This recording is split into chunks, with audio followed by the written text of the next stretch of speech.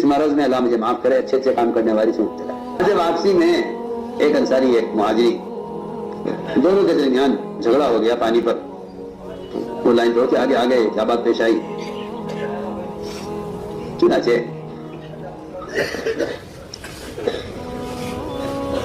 مہاجری میں سے ایک آدمی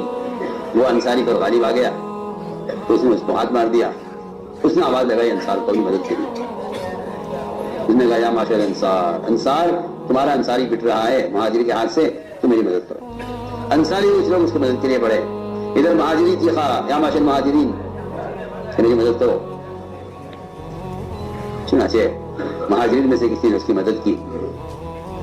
ان کے آپس میں درمیان کچھ تھوڑی بہت جھگڑا کچھ ہوا، کچھ لڑائی جھگڑا ہوا، آپس میں مار پیٹ ہوئی،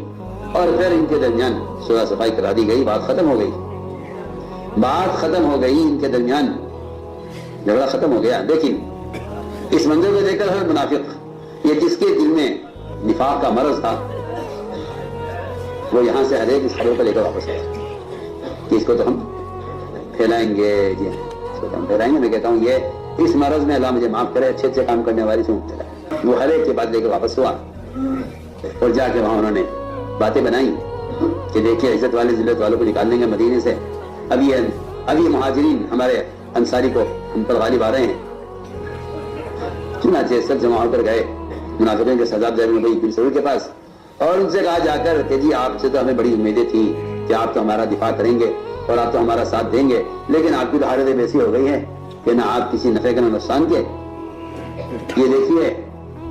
یہ نئے نئے اسلام میں آنے والے اوباش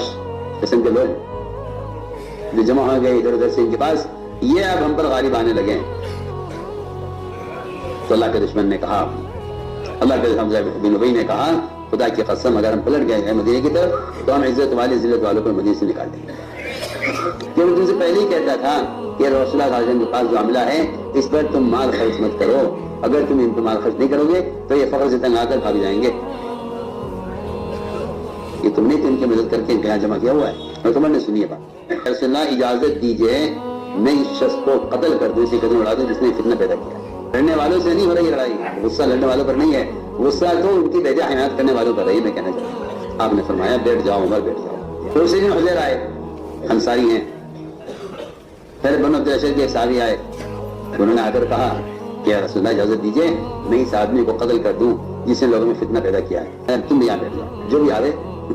اس کو آپ اپنے پاس بٹھا لیں۔ پھر آپ صلی اللہ علیہ وسلم نے حکمت عملی اختیار کی ہے کہ صحابہ کو بکھیرنے کے لیے، مصول کرنے کے لیے آپ نے حکم فرمایا پوچھ کا۔ سخت گرمی دوپہر کا وقت تھا، تبش کا وقت تھا،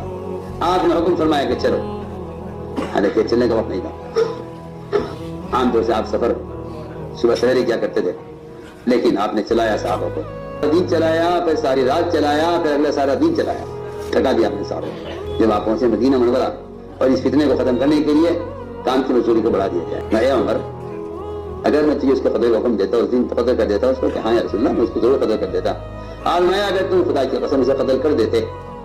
تو تم بہت سے منافقین کی ناک رگڑ دیتے زمین پر اور ان کو خاک آلود کر دیتے، لیکن اگر میں تمہیں اس کے قدر کا حکم کرتا تو لوگ آپس میں یہ باتیں کرتے کہ محمد اپنے ہی ساتھیوں کو قدر کرنے لگے۔ اس پر آیتیں نازل ہوئی ہیں، یہ وہ لوگ جو کہتے ہیں کہ ان لوگوں پر مال خرچ نہ کرو جو اللہ کے رسول کے پاس ہیں، یہاں تک کہ یہ فاقے سے تنگ آ کر آپ کو چھوڑ کر بھاگ جائیں۔ تو میں نے عرض کیا کہ اپنے آپ کو مشغول رکھو